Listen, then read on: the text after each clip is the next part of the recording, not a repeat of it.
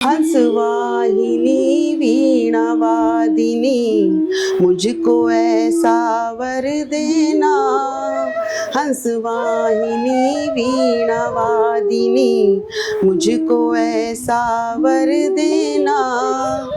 चलती रहे माँ मेरी लेखनी कंठ में मेरे सदा। सब में ही शायद कोई ना कोई एक टैलेंट होता है जो छुपा होता है। अभी जो किताबों में जो चित्रण किया है वो मेरी बेटी ने किया है। तो किताबें मेरी आ चुकी हैं, एक उलझी राहें और एक भीगे ख्वाब। पुरानी फिल्मों की बहुत शौकीन रही।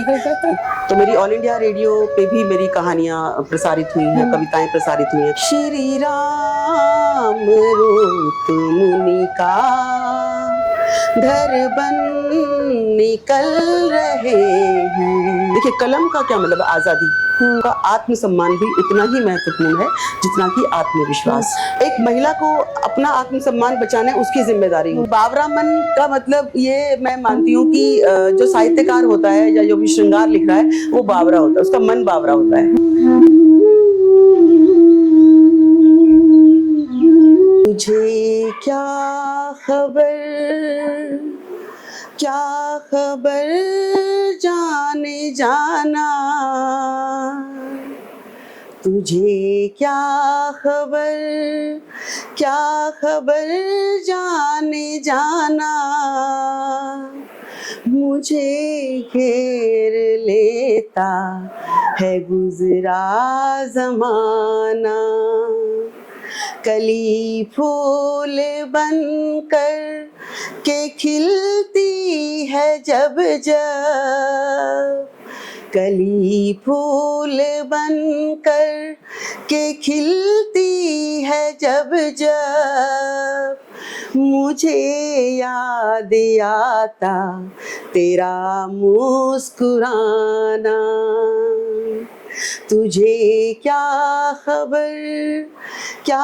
खबर जाने जाना।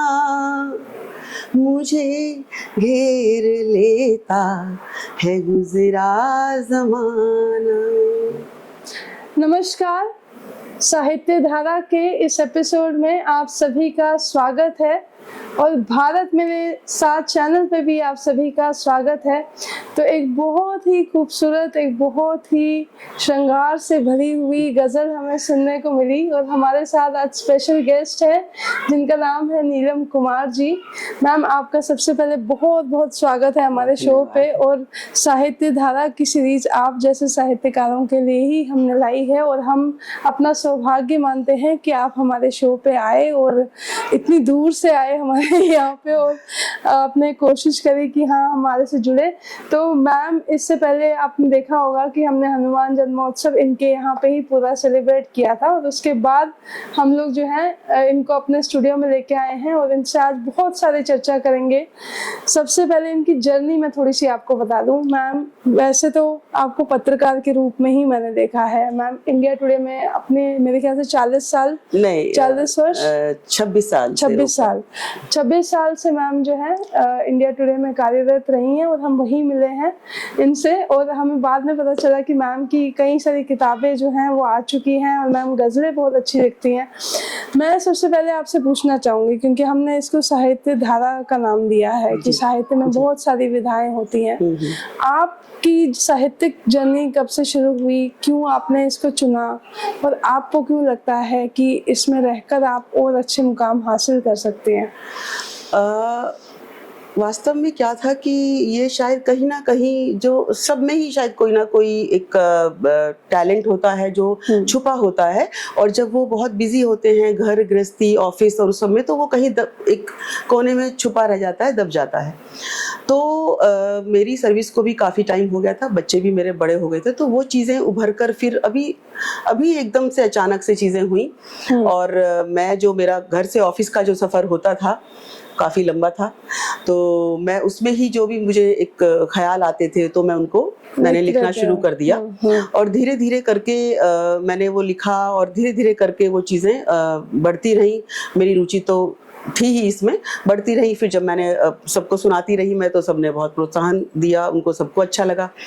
और बस इस तरह से ये सफ़र आगे बढ़ता चला गया। और मुझे मेरे बच्चों ने और मेरे पति देव ने बहुत सपोर्ट किया इसमें, और उनको भी बड़ा अच्छा लगा। और मेरी जो किताबों में जो चित्रण किया है वो मेरी बेटी ने किया है। तो ये एक मेरा। तो पत्रकारिता से लेके साहित्यकार बनने की जर्नी के चैलेंजेस, चुनौतियाँ? नहीं, चैलेंजेस तो नहीं। देखिए, मैंने अपना जो पत्रकारिता या जो भी मैंने मीडिया में जैसे मैं कार्यरत थी, तो वो भी वहाँ पर भी मैंने अपना पूरा 100% मैंने दिया अपने काम को। टाइम से, डेडलाइन से पहले काम करना और बहुत जल्दी चीज़ों को कर देना, मतलब वो उसमें भी मैंने पूरा 100% दिया। और यहाँ पर भी मैंने बताया ना, ऑफिस से घर जाते वक्त का जो वक्त मिलता था, हाँ, क्योंकि घर में जाकर भी आप बिजी हो जाते हो, ऑफिस में आप ऑफिस का काम करते हो, घर में आप घर पे रहते हो, तो जो वो जर्नी होती थी वो मुझे बहुत काम आई। क्योंकि बहुत लंबा सफर था, 1.5 घंटा मुझे घर से ऑफिस से घर जाने में टोटल मिला के टू एंड फ्रो 3 घंटे लगते थे। तो उसमें ये थॉट्स आ जाते थे। या फिर सुबह अर्ली मॉर्निंग आप उठे हो, चाय लेकर बैठे हो, तो कोई थॉट आ गया तो आपने उसको लिख दिया। तो जैसे आपने कहा ना कि प्रोत्साहन आपने कहा कि लोगों से आपको मिला। हाँ। और तब तक क्या, जैसे एक साहित्यकार के दिमाग में ख्याल आते हैं और वो उसको पन्नों पे उतारता है, अपने तरीके से उतारता है, उस समय मुझे नहीं लगता कि कोई विधा होती है स्पेसिफिक। हाँ। वो बस उतारता चला जाता है। तो शुरुआत ऐसे ही होती है। पर प्रोत्साहन कितना महत्वपूर्ण था आपके लिए, कि अगर लोग आपको आके नहीं बताते, कि आप खुद समझ पाते कि आप एक अच्छे साहित्यकार उभर के आ सकते हैं?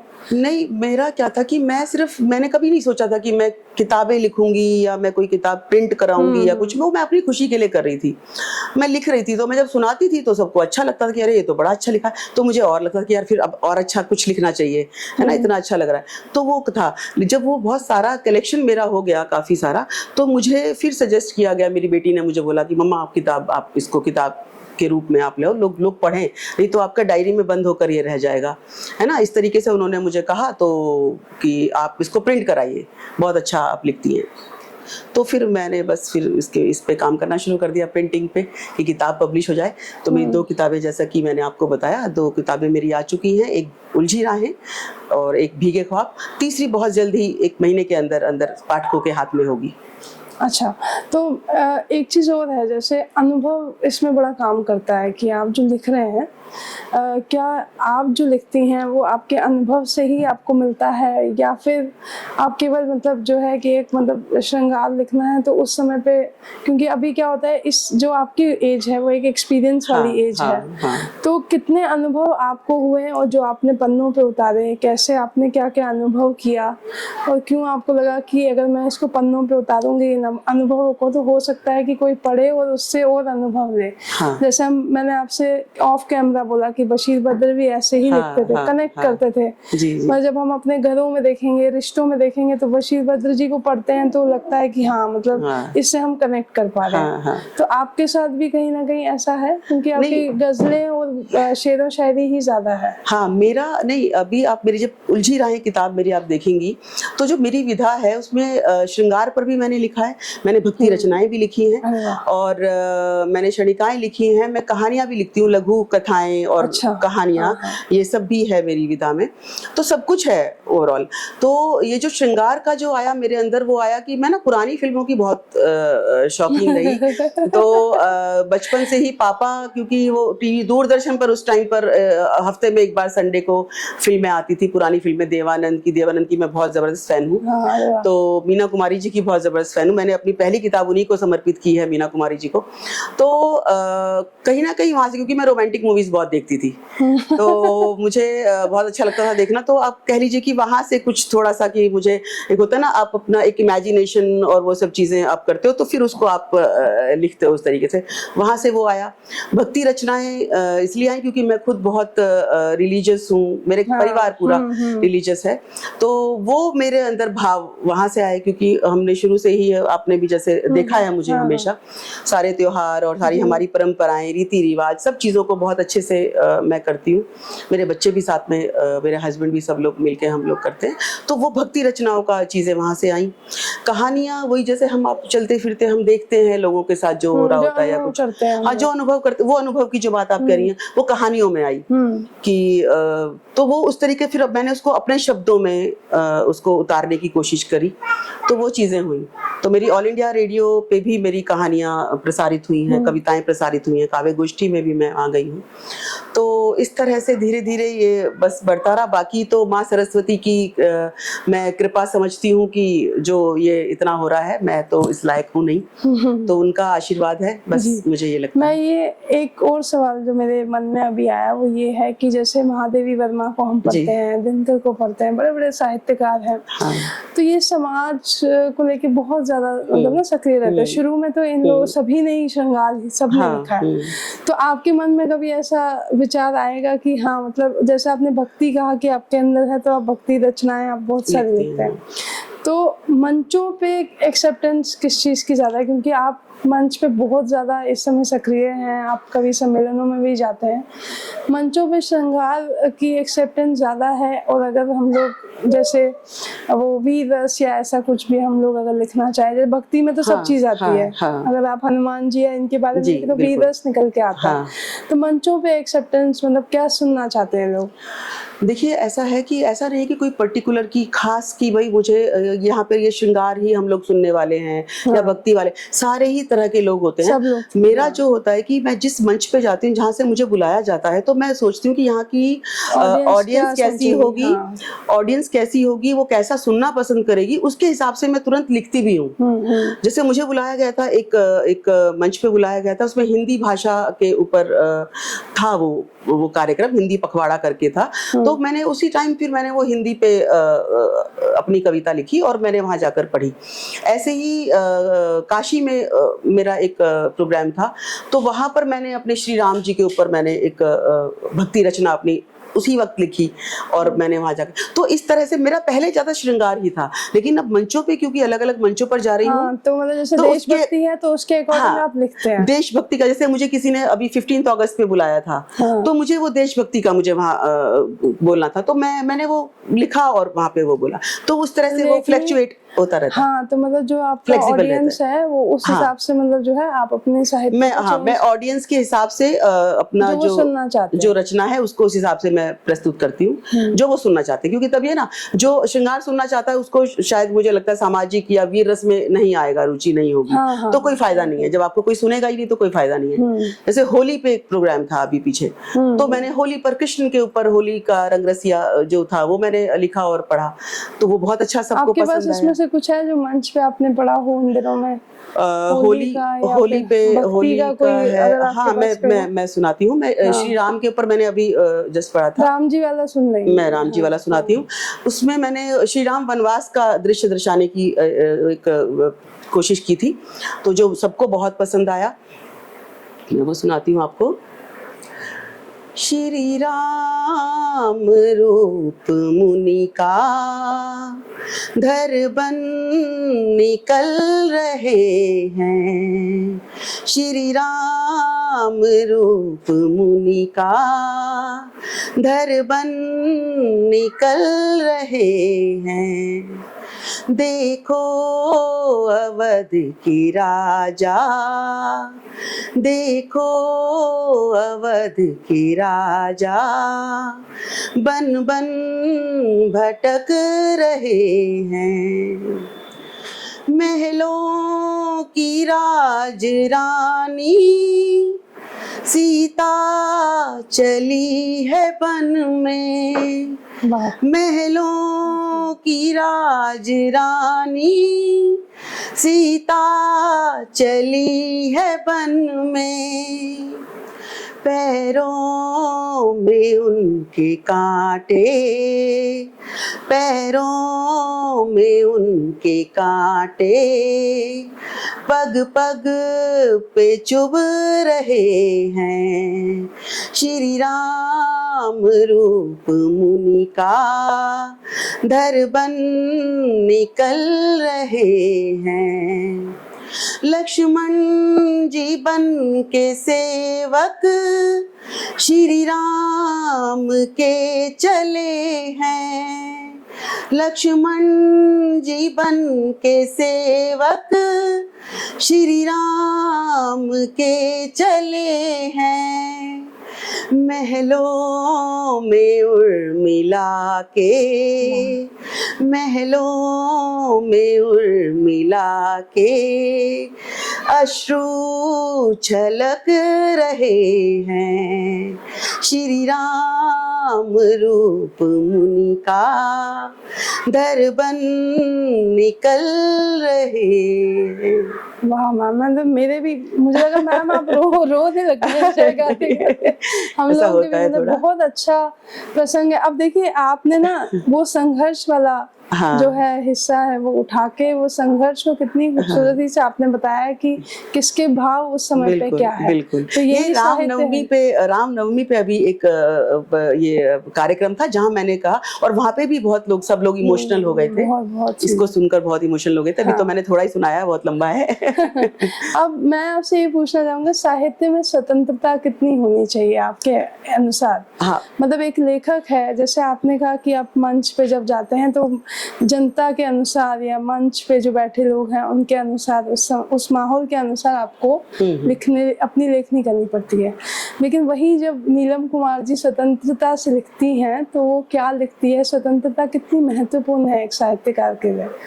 स्वतंत्रता और साहित्यकार दो एक ऐसे ये शब्द हैं कि ये आपस में पूरक जिसे कहते हैं कि एक अगर साहित्यकार है तो स्वतंत्रता तो उसको होनी ही चाहिए, और होती भी है। मैं भी स्वतंत्र हूँ, ऐसा नहीं है। मैं जो बता रही हूँ आपको कि मैं अपनी रचना उस हिसाब से लिखती हूँ, वो मैं इसलिए लिखती हूँ ताकि लोगों को सुनने में आनंद आए। हाँ। है ना, आनंद आए। ऐसा नहीं कि मुझे कोई बोलेगा नहीं ये श्री राम पे नहीं लिखना आपको, या आपको इस तरह नहीं लिखना। ऐसा तो कोई भी साहित्यकार ना तो सुनता है, ना वो उस चीज को करता है। वो अपनी मर्जी से करता है। एक साहित्यकार स्वतंत्र है, ठीक है, तो वो स्वतंत्र है, मैं भी हूँ, और सारे साहित्यकार स्वतंत्र होना भी चाहिए। तभी आप अब देखिए, अगर आपको कोई बोलेगा कि आप ऐसे नहीं ऐसे लिखिए, वैसे नहीं, तो आप अपने भाव नहीं प्रस्तुत कर पाओगे। जी। आप फिर उनके हिसाब से चलोगे तो वो आपका नहीं हुआ। मेरा मानना ये है। तो मैं स्वतंत्र हूँ, तो साहित्यकार को स्वतंत्र होना चाहिए। जो उसका भाव है, जो मन से वो लिखना चाहता है वो लिखे और समाज के सामने प्रस्तुत करे। वो एक स्वतंत्रता उसको मिलना बहुत जरूरी है। मतलब स्वतंत्र होता है साहित्यकार, जी बिल्कुल होता है कि मंचों पे जाने हाँ, वो रुचि के हिसाब से आपको अपने आप को, हाँ, क्योंकि मुझे ये तो कहा नहीं किसी ने कि आप राम के ऊपर ये वाला मत लिखिए, है ना, या आप अगर कोई पेट्रियोटिक लिख रहे हैं देशभक्ति का तो इसमें ये नाम नहीं आना चाहिए, या उस तरह, ऐसा तो कोई नहीं कहेगा। कहेगा भी तो मैं मानूंगी नहीं, है ना, कोई भी साहित्यकार नहीं मानेगा। वो उसकी जो मर्जी होगी वो लिखेगा। देखिए, कलम का क्या मतलब है? आजादी।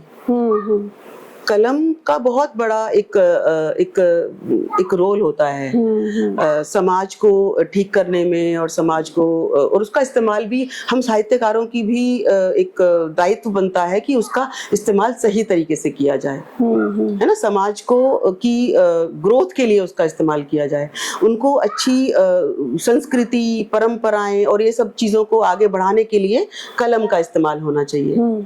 उसको गलत इस्तेमाल कलम का नहीं होना चाहिए। अच्छा, मतलब मेरा ये एक हाँ, तो बिल्कुल सही बात है। यानी कि कलम अगर आपके पास ताकत के रूप में रहे है तो उसको आप सही से इस्तेमाल सही सदुपयोग करना जी जी बिल्कुल बिल्कुल। अब एक चीज और ये है कि एक अच्छा साहित्यकार होने के गुण आपके अनुसार क्या होने चाहिए? मतलब अगर आपको कोई भी आज की पीढ़ी अगर साहित्य में जाना चाहती है, किसी को लिखने का शौक है, कोई एक अच्छा साहित्यकार के रूप में सामने आना चाहता है, उसके एक अच्छे गुण क्या होते हैं मतलब आपके अनुसार?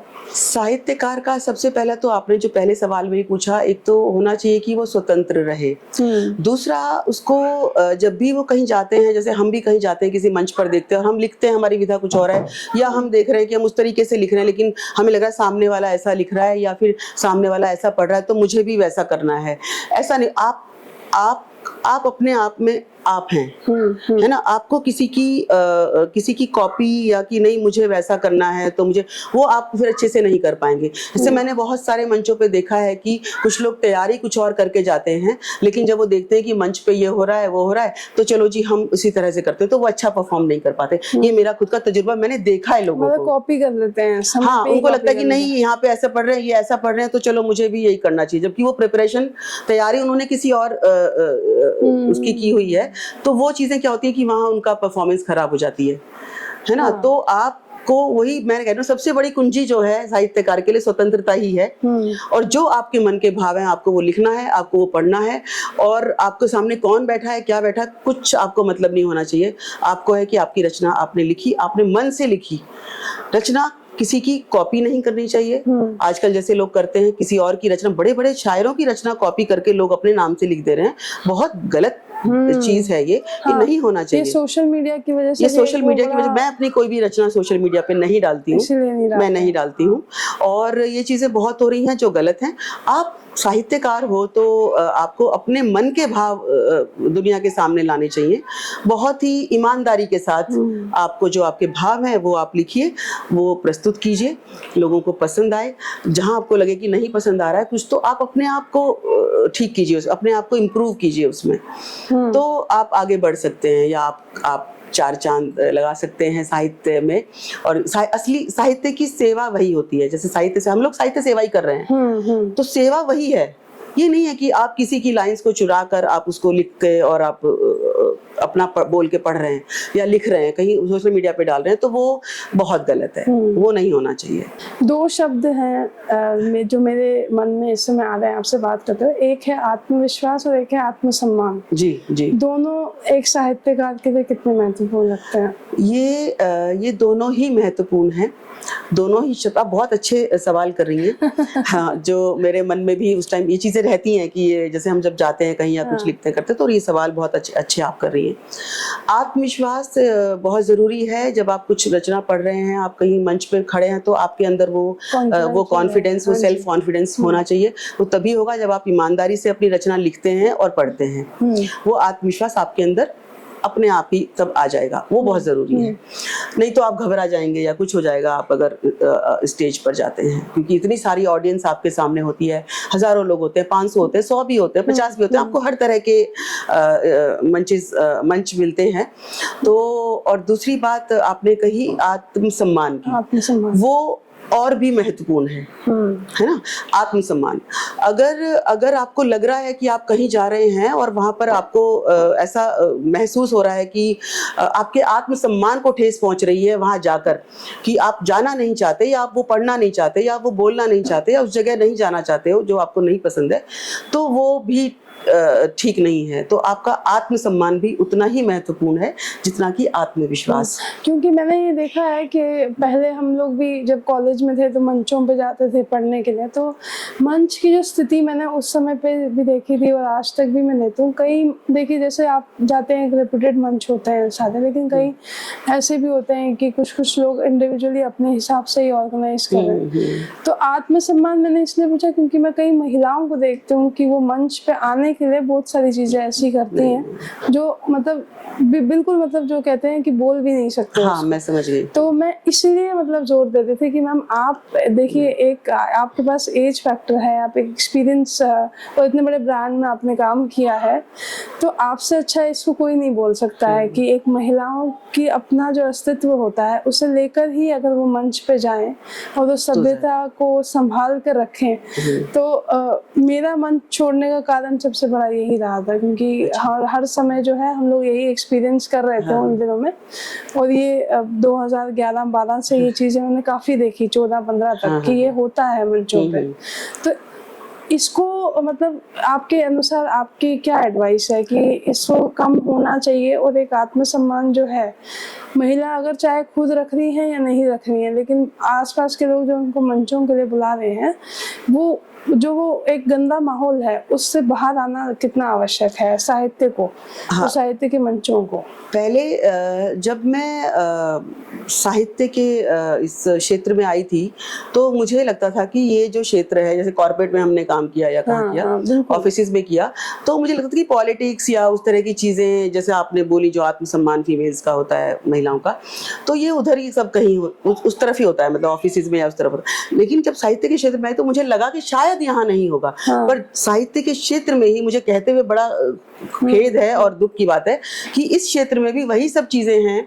राजनीति भी होती है, लोग फीमेल्स को उस तरह से उनका मतलब आत्मसम्मान को ठेस भी पहुंचाते हैं। कुछ महिलाएं भी वैसे होती हैं, वो कॉर्पोरेट में भी होती हैं, यहाँ भी होती हैं, कि आप अपनी आत्मसम्मान को, जैसा कि आपने कहा, दाव पर रखकर कि मुझे मंच मिल जाए तो मैं कुछ भी वो करूं।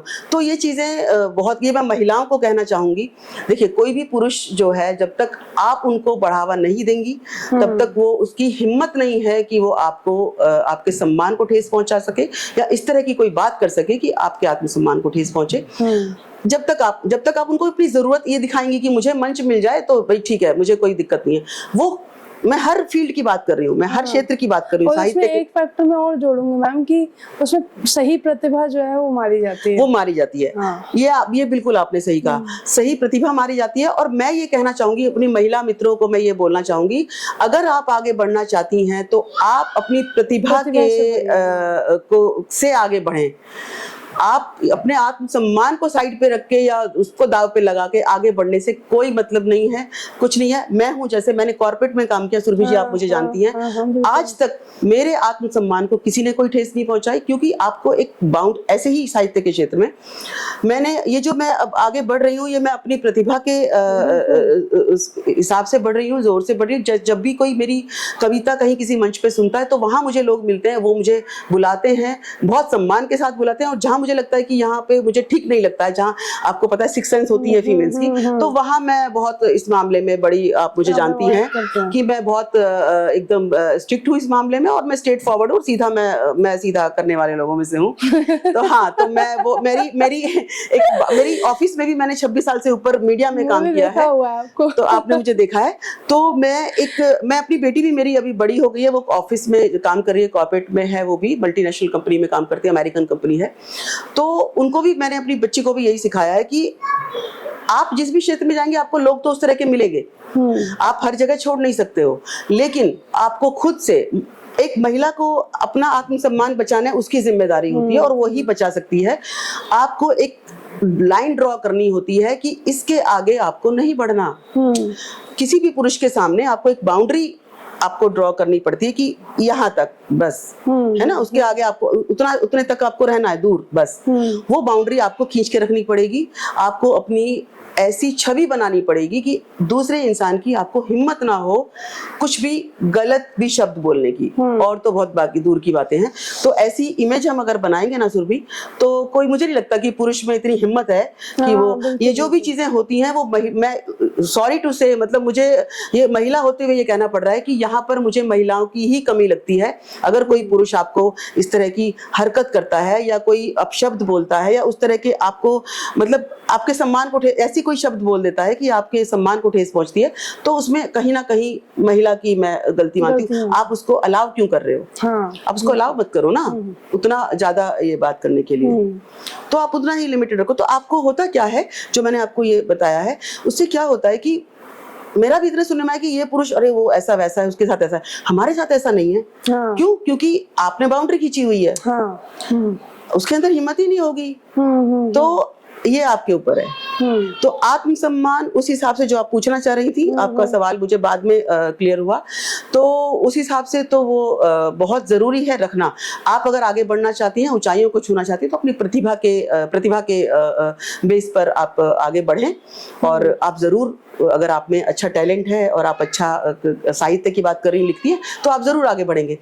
जैसे मैं बहुत जल्दी आपने देखा है कि मैं बहुत जल्दी इन सब मंचों पे जाने लगी हूँ, और मुझे बहुत ये माँ सरस्वती की कृपा रही है कि बहुत नहीं अच्छे तो से ये हमने हुआ। तो राम जी का इतना अच्छा भक्ति का वो प्रसंग भी सुन लिया, तो वाकई में प्रतिभा तो है ही। अब मेरे पास इन मैम की 2 किताबें हैं।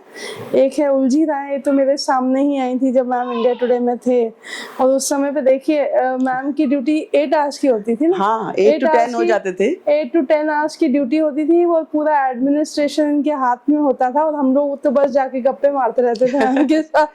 तो ये उलझी राहें मैम की किताब है। इसमें से अच्छा, मैम का एक पेन नेम भी है नीलम बाबरामन। मैम ये आपने क्यों चुना बाबरामन? ये मैंने जब किताब का नाम चुना, एक्चुअली देखिए वास्तव में मेरी जो किताब है ये, इसमें मेरी किताबों में भूमिका भी मैंने लिखी है। हाँ। उनका उसका शीर्षक भी मैंने चुना है, और ये जो मेरा साहित्यिक नेम है, पेन नेम जिसको इंग्लिश तो में बोलते हैं, ये स्वतंत्र साहित्यकार, ये स्वतंत्र साहित्यकार की किताबें हैं। तो सब कुछ इसमें मेरा है, और चित्रण भी मेरी बेटी का है, वो भी मेरा ही अंश है। तो ये बाबरामन का मतलब ये मैं मानती हूँ कि जो साहित्यकार होता है या जो भी श्रृंगार लिख रहा है वो बावरा होता है, उसका मन बावरा होता है ना। तो जब आपका मन बावरा होगा तभी आप उस तरह का जो आपके जो भाव हैं वो आप शब्दों में पिरो सकते हो और किताब के रूप में पाठकों के हाथ में यही ला सुंदर है। सकते हो। देखिए अभी हम लोगों ने जो आत्मसम्मान का प्रश्न उठाया था मैम, वो पूरा लेके चलते हैं अब मंचों पे, और उसके बाद मैम इतना सुंदर मतलब जो है श्रृंगार के कहीं कहीं गजलें भी लिखती हैं। तो भाव जहाँ आने चाहिए वही आने चाहिए।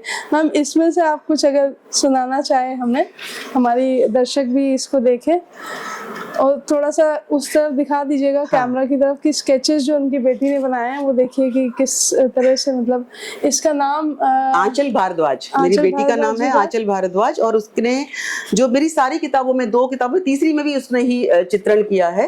ये मैं आपको दिखा देती हूँ। हाँ, तो आप कुछ इसमें से पढ़ के सुनाना चाहेंगे? मैं इसमें कविता के ऊपर ही जो मैंने कविता लिखी है उलझी राहें में, इसका शीर्षक है जो कविता ना होती। अरे वाह। ख्यालों का तूफान मन की भावनाएं, ख्यालों का तूफान मन की भावनाएं कैसे उजागर होती जो कविता ना होती। प्रेमिका का रूप श्रृंगार की कल्पनाएं, प्रेमिका का रूप श्रृंगार की कल्पनाएं कैसे उड़ान भरती जो कविता ना होती। प्रेम की उमंग विरह की पीड़ा, प्रेम की उमंग विरह की पीड़ा कैसे बखान होती जो कविता ना होती।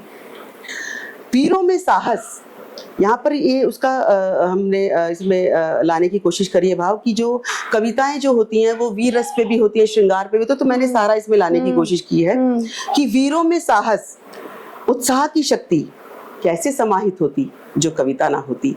जब हम कहीं किसी युद्ध में जाते हैं तो उनको कविताएं सुना के या कुछ ऐसे करके हम प्रोत्साहन देते हैं उनको कि लड़ें, वो ये करें, तो उसके लिए ये वीर रस की कविताएं होती हैं। तो ये इसमें यहाँ पे ये इसलिए कहा गया है कि वीरों में साहस उत्साह की शक्ति कैसे समाहित होती जो कविता ना होती।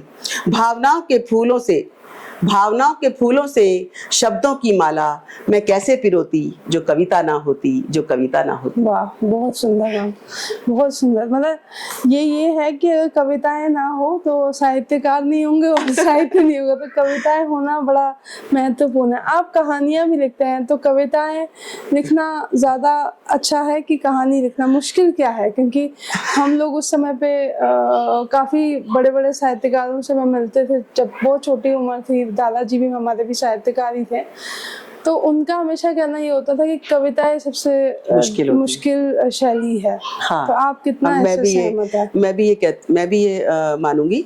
कहानियां होता है कि आपके दिमाग में कोई एक स्टोरी एक कुछ आई किसी की और आपने वो शब्दों में लिख दी, कहानी के रूप में आपने लिख दिया उसको।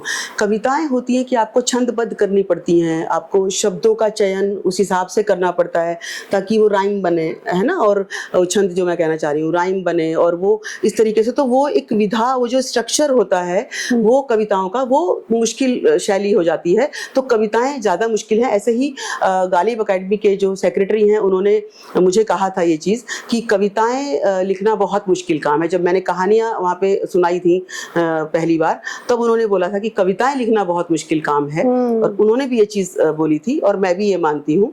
और क्योंकि कविताएं लिखने में थोड़ा ये है, हाँ मेहनत ज़्यादा है। पर बाकी मुझे तो, मैं फिर बार बार वही कहूँगी, मुझे माँ वीणा पानी का बहुत आशीर्वाद है कि ये कैसे हो जाता है मुझे पता नहीं, मुझे खुद नहीं समझ आता। और कई बार मैं सोचती हूँ कि ये मैंने ही लिखा है, कभी मैं खुद भी सोचने लग जाती हूँ ये चीज़ें कि क्या ये मैंने ही लिखा है। और बहुत एफर्टलेस हो जाती है चीज़ें, गो विद द फ्लो। हाँ, गो विद द फ्लो। और मैं कभी भी ऐसे लेके नहीं बैठती हूँ कि चलिए आज अब मैं लिखने बैठी हूँ, अब चल ठीक है चलिए डायरी पेन मैंने ले लिया, मैं लिखने, ऐसा कभी नहीं हुआ। मैं तो ऐसी बैठी होती हूँ तो मुझे एक कोई ख्याल मन में आ जाता है तो मैं उसको लिख लेती हूँ कागज़ पर। उसके बाद धीरे धीरे उसके बारे में मैं पूरा मंथन दिमाग में चलने लग जाता है कि इसके बाद और क्या हो सकता है, इसमें हम और क्या मैं लिख सकती हूँ और क्या मैं डाल सकती हूँ। फिर मैं वो लिखती हूँ, उसके बाद उसको पढ़ती हूँ, फिर मुझे लगता है नहीं ये शब्द यहाँ पे, ये इसके आगे होना चाहिए, ये शब्द इसके पीछे होना चाहिए, या फिर इस शब्द की जगह ये वाला शब्द होना चाहिए। तो इस तरह करके वो रचना तैयार होती है। तो भाव तो है ही है, लेकिन भाषा आप कैसी, मतलब आपको क्या लगता है कि सबसे, मतलब जनता से या युवा पीढ़ी से कनेक्ट करने का, उनसे बात करने के लिए सबसे अच्छी भाषा कैसे आप, मतलब कविताएं में जो पिरोती हैं आप कविताएं, उसमें भाषा की शैली कैसी होनी चाहिए आपके अनुसार? भाषा की शैली मेरे अनुसार जैसे कि मेरी इन किताबों में है, बहुत ही सरल भाषा का मैंने इस्तेमाल किया है इसमें, जो कोई भी पढ़ के, जैसे कि बहुत खालिश उर्दू नहीं, बहुत गूढ़ हिंदी नहीं, क्योंकि जब उस शब्द का मतलब ही समझ में नहीं आएगा, उसको डिक्शनरी उठानी पड़ेगी या कहीं से गूगल करना पड़ेगा कि इस शब्द का मतलब क्या है, तो वो मज़ा नहीं रहता है आपकी रचना में। तो मैंने बहुत ही साधारण भाषा, जो हर युवा को, किसी भी उम्र के जो व्यक्ति है उसको समझ में आएगी और वो अपने लाइफ से उसको रिलेट कर पाएंगे। जैसे आप जानती होंगी, उनको झुमझुम शिराली जी हमारे यहाँ आती थी हमारे ऑफिस में, तो उनकी एज मेरे ख्याल से 60+ होगी, 60 से भी ऊपर होगी। तो जब उन्होंने पढ़ी मेरी कविताएं तो वो भी भावुक हो गई, उनकी आंखों से पानी आ गया था। और मतलब मैंने जब ये किताब लिखी तो मैंने सबको पढ़वाई, वो हर उम्र के व्यक्ति को मैंने पढ़वाई, यंग को भी और जैसे 30 साल को भी, जैसे कि 60 साल के भी व्यक्ति को, तो सबको सेम भाव उसमें पढ़ के लगा। तो तब मुझे ये लगा कि ठीक है, मेरी जो मेहनत है वो सफल हो गई। यानी कि वो हर इंसान उसको रिलेट, हर उम्र का इंसान उसको रिलेट कर पा रहा है, उन भावों को समझ पा रहा है। तो सबसे बड़ी एक जो मेरे ख्याल से उपलब्धि यही होती है कि अगर आप कुछ लिख रहे हैं, कोई आप कुछ कर रहे हैं, तो लोगों को समझ आए और उसको वो रिलेट करे और एंजॉय करें। मतलब एक होता है कि आप अनुभव से लिखते हैं, एक होता है कि मतलब आपने कहीं पर कुछ पढ़ लिया। पढ़ना कितना जरूरी है, रीडिंग का इसमें कितना बड़ा रोल रहता है? इस वाले सवाल का जब मैं जवाब दूंगी तो आपको हंसी आएगी, बहुत आयरनी आपको लगेगी, क्योंकि किसी को भी लगेगी। मुझे आई हेट रीडिंग, ठीक है। तो अब आप कहेंगी कि किताबें लिख रही हैं, किताबें सबको पढ़वा दी। हाँ, तो अब ये एक आयरनी है। आई हेट रीडिंग, शुरू से ही मुझे बिल्कुल भी किताबें पढ़ने का शौक है। मैंने कोई किताब आज तक नहीं पढ़ी है। बस मैंने जो आपको बताया कि और मैं जो ये शायर भी मैंने बहुत ज्यादा, किसी को बहुत ज्यादा नहीं पढ़ा है। बस बता रही हूँ ना आपको कि मैंने जो पुरानी फिल्में मैं देखती थी तो उसमें गुलजार साहब के गीत होते थे, है ना, ये जावेद अख्तर साहब के गीत होते थे। तो बस वही जो उसी में पोइट्री होती थी, पुराने गीतों में पोइट्री होती थी, जो आज के टाइम में नहीं है। तो बस समझ लीजिए कि वही मेरी इंस्पिरेशन है। मैंने आज तक किसी शायर को नहीं पढ़ा, मैंने आज तक कोई किताब नहीं पढ़ी, क्योंकि मुझे पढ़ना पसंद नहीं है किताब। तो ये तो वैसे ही हो गया। ये आयरनी हो गई बहुत ऐसे सिंगर्स जो हैं इतने बड़े हैं, उनकी भी कोई ट्रेनिंग नहीं है। नहीं, मेरी कोई ट्रेनिंग किसी भी चीज में नहीं है। मैं थोड़ा बहुत सिंगिंग भी कर लेती हूँ, थोड़ा, है ना, घर के भी चीजों में करती हूँ चीजें, ढोलक में बजा लेती हूँ, लेकिन मैंने कभी किसी से सीखा कुछ भी नहीं है। ये अंदर से, मैंने बोला ना, माँ वीणा पानी का आशीर्वाद है बस। तो माँ वीणा पानी के लिए कुछ अगर आप सुना सकें तो? जी हाँ सुरभि जी, मैंने सरस्वती माँ पे भी, क्योंकि उनका आशीर्वाद मुझ पर इतना ज़्यादा है, तो मेरे मन में आया कि मैं उनके लिए तो लिखना बहुत ज़रूरी है। तो मैंने कुछ छोटी सी कोशिश की है, जो मैं आपके सामने थोड़ी सी कुछ लाइंस में आपके सामने प्रस्तुत कर रही हूँ। ये माँ सरस्वती वंदना है। हंसवाहिनी वीणा वादिनी मुझको ऐसा वर देना, हंसवाहिनी वीणा वादिनी मुझको ऐसा वर देना। चलती रहे माँ मेरी लेखनी, कंठ में मेरे सदा रहना, हंसवाहिनी वीणा वादिनी मुझको ऐसा वर देना। कवियों की कविता में शारदे तुम ही शब्द सजाती हो, कवियों की कविता में शारदे तुम ही शब्द सजाती हो। कलाकार की कलम में मैया तुम ही रंग रंगाती हो, लेखन मेरा अमर हो जाए, लेखन मेरा अमर हो जाए, ऐसी माँ कृपा करना। चलती रहे माँ मेरी लेखनी, कंठ में मेरे सदा रहना, हंसवाहिनी वीणा वादिनी। सुरतालिया रोही तुमसे, रागों का आधार हो तुम, सुरतालिया रोही तुमसे, रागों का आधार हो तुम। सारंगी और मृदंग तुम्ही से, वीणा की झनकार हो तुम, सारंगी और मृदंग तुम्ही से, वीणा की झनकार हो तुम। मेरी वाणी मीठा बोले, मेरी वाणी मीठा बोले, कंठ को ऐसा स्वर देना। चलती रहे माँ मेरी लेखनी, कंठ में मेरे सदा रहना, हंसवाहिनी वीणा वादिनी मुझको ऐसा वर देना। वाह, बहुत सुंदर। मतलब मैंने तो इतने मंचों पे हम लोग भी गए हैं, लेकिन इतनी प्यारी सरस्वती वंदना मैं भी आज पहली बार सुन रही हूँ। और हम लोगों का सौभाग्य है कि अब हमारे स्थान पे इसको पढ़ रहे हैं, तो हमारा स्थान भी पवित्र हो गया आज।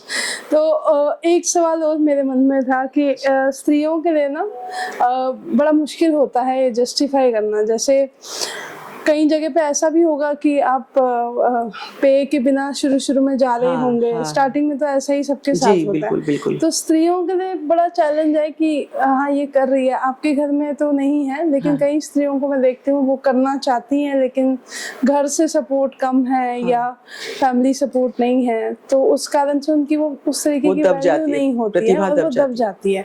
उनके लिए आप क्या संदेश देना चाहेंगे? क्योंकि आप बड़े हैं, तो आपसे एक संदेश उन सभी के लिए लेना चाहेंगे जो लड़कियां आज की भी हैं। कई लड़कियां मैं देखती हूँ कि करना चाहती हैं, लेकिन सोर्सेज नहीं है, रिसोर्सेज नहीं है, छोटे शहरों में है, तो बहुत ज़्यादा उपलब्धि नहीं पा पाती हैं, फैमिली सपोर्ट कहीं पे नहीं होता है। उनके लिए आप क्या कहना चाहेंगे कि वो कैसे साहित्यकार बने? उनके लिए तो मैं ये कहना चाहूँगी कि सपोर्ट नहीं है तो भी बढ़ना तो पड़ेगा आगे, आपको हिम्मत जुटानी पड़ेगी। सपोर्ट कहीं भी नहीं मिलता, किसी को नहीं मिलता, बहुत कम होते हैं जहाँ सपोर्ट स्त्री को मिलता है। तो क्योंकि उसके साथ चैलेंजेस सपोर्ट के अलावा और भी बहुत सारे होते हैं कि आपको घर भी देखना है, आपको ऑफिस भी देखना है, जो लोग वर्किंग है वो भी, आपको हर चीज़ देखनी है, आपको अपने बच्चे भी देखने। ये तो ईश्वर ने औरत को बनाया ऐसा है, महिला को ऐसा ही बनाया है कि वो सब चीजें देखती, चाहे उसको कोई बोले ना, पर उसको रहता है क्योंकि उसके पास उसको ये जिम्मेदारियां हैं। तो साथ साथ आपको मैं ये कहना चाहूंगी कि साथ साथ आपको अपनी प्रतिभा को भी आगे बढ़ाना है। सपोर्ट ना मिले तो भी आगे बढ़ना है, जो आजकल की महिलाएं कर रही हैं सुरभि। आज वो टाइम नहीं बचा कि जो पहले की तरह लोग, आपने देखा होगा यूट्यूब चैनल बना के जो पिछड़े हुए शहरों गाँव में कस्बों में जो महिलाएं रह रही हैं, वो यूट्यूब बना के अपने आप को आगे अपनी जो प्रतिभा है उसको दिखा रही हैं और खूब नाम भी कमा रही हैं, खूब पैसा भी कमा रही हैं। तो ये चीजें हो रही हैं और बस कहना तो यही चाहूंगी कि आपको रुकना नहीं है, आपको बढ़ते रहना है। हर्डल्स आएंगे, रुकावटें आएंगी, सपोर्ट नहीं मिलेगा, बहुत सारी परेशानियां, बहुत सारे संघर्ष जो मैंने भी किए अपनी लाइफ में वो आएंगे। आपको कई बार अकेले जूझना पड़ेगा, तो वो सब चीजें होंगी। तो लेकिन आप ईश्वर में अगर विश्वास रखती हैं, मेरा सबसे बड़ा ये है मानना कि आप ईश्वर में विश्वास रखिए, अपने मन को साफ रखिए, ईमानदारी से अपना जो काम आप कर रही हैं उसको करते रहिए। आपको किसी का सपोर्ट ना मिले, उसका सपोर्ट जरूर मिलेगा, और अगर उसका सपोर्ट मिलेगा तो आप कहीं कोई रोकने वाला आपको नहीं है, और आप जहां जिस ऊंचाई पे आपको उन्होंने लिखा है आपको पहुंचना है, आप पहुंचेंगी। कितने भी अड़चने, कितने भी तूफान आपकी लाइफ में आ जाएं, कितने भी संघर्ष आ जाएं, उनको झेलते हुए, उनसे निकलते हुए आप उस ऊंचाई पर पहुंच जाएंगी। वो वैसे भी महिलाएं ही हैं जो मैक्सिमम संघर्ष झेल सकती हैं। उनको शक्ति ईश्वर ने दी है, शक्ति होती है कि वो झेल कर उभर कर निकल के आती हैं। हमेशा ऐसे ही देखा गया है। बिल्कुल। और कितनी महिलाएं हमारे देश में हैं, और मैम भी उनमें से एक हैं कि मैं देखती हूँ कि अपना परिवार भी पूरा संभालती हैं, परंपराएं भी चलाती हैं, रीति रिवाज भी पूरे करते हैं, क्योंकि ये धार्मिक भी हैं, और उसके साथ में पूरा घर चलाने के साथ इन्होंने जॉब भी किया है, और बहुत डिस्टेंस पे इनको जो आना हो उसका भी इन्होंने सदुपयोग ऐसे किया कि वो ट्रैवल में पूरा वो लिखती चली गई। और उनकी किताबें मेरे सामने हैं, ये 2 किताबें, दोनों में से अगर आप इसमें से भीगे ख्वाब में से भी कुछ अगर सुनाना चाहे तो उसी के साथ हम लोग शो का एंड करेंगे। और चाहूंगे कि आप इनकी किताबें कहाँ पे उपलब्ध हैं वो भी बता दीजिएगा। मेरी किताबें अमेज़न पे आपको मिल जाएंगी। अमेज़न पे आप ले सकते हैं। और इसमें से कुछ मैम आप सुनाना चाहें? और आपने इसमें बड़ा छोटा लिखा है, वो इसे क्या कहते हैं? इनको शनिकाएं कहते हैं। शनिकाएं जो 4 लाइन 5 लाइन इस तरह की होती हैं, इनको शनिकाएं कहा जाता है। हाँ, तो शनिकाएं में से अगर कोई अनुभव वाला आप सुनाना चाहें।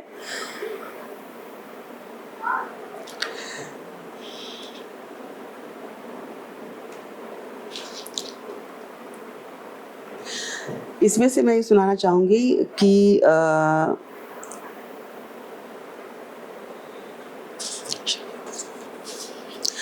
शबे इंतजार कुछ इस तरह गुजरती रही, शबे इंतजार कुछ इस तरह गुजरती रही, जुस्तजू मिलने की उनसे बढ़ती रही। क्या करे शिकवा परवाने से, क्या करे शिकवा परवाने से, शमा अपने में ही पिघलती रही।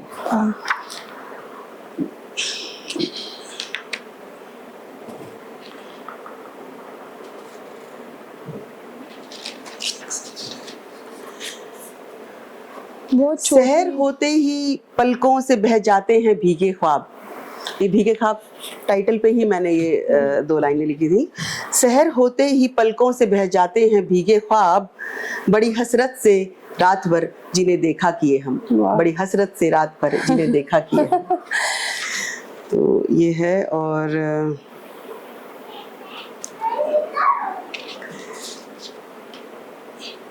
इतनी बेरुखी क्यों है हमसे, इतनी बेरुखी क्यों है हमसे, ये वफाएं कैसी हैं, इतनी बेरुखी क्यों है हमसे, ये वफाएं कैसी हैं, खता हमारी कुछ नहीं फिर ये सजाएं कैसी हैं, खता हमारी कुछ नहीं फिर ये सजाएं कैसी हैं। ये जो शनिकाएं है, एक बावरा मन ही लिख सकता है। तो इसी के साथ हम लोग साहित्य धारा के इस एपिसोड का अंत करेंगे, और मैं चाहूंगी कि आप बार बार और हमेशा हमारे चैनल पे जुड़े रहे।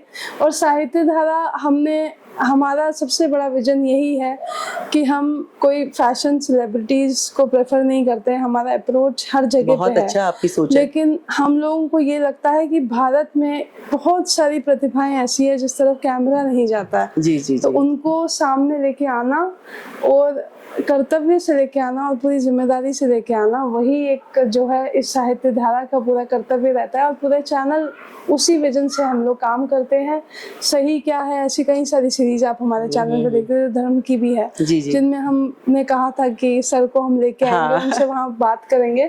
तो कई सारी सीरीज हम लोग इसी विजन से चलाते हैं कि हमारे जो कैमरा है वो उसी तरफ जाए जहाँ पे सही काम होता है और सही चीज़ों को हम देख सकते हैं खुली आंखों से और हमारे कैमरा के लेंस से। तो इसी के साथ साहित्य धारा का इस एपिसोड का हम अंत करते हैं। आपका बहुत बहुत आभार मैम, आप आपका भी यहाँ पे बहुत आए। आभार। और जाते जाते आप अगर छोटा सा संदेश दे हमारे चैनल के द्वारा लिखने वालों को, पढ़ने वालों को, नए बच्चों को, क्या देना चाहेंगे आप? पहले तो मैं साहित्य धारा का ही बहुत धन्यवाद करना चाहूँगी, बहुत बहुत आभार कि आपने मुझे बुलाया, और बहुत ही अच्छा काम आप साहित्य के क्षेत्र में जो कर रही हैं और जो भी धार्मिक क्षेत्र में आप काम कर रही हैं वो बहुत ही सराहनीय है।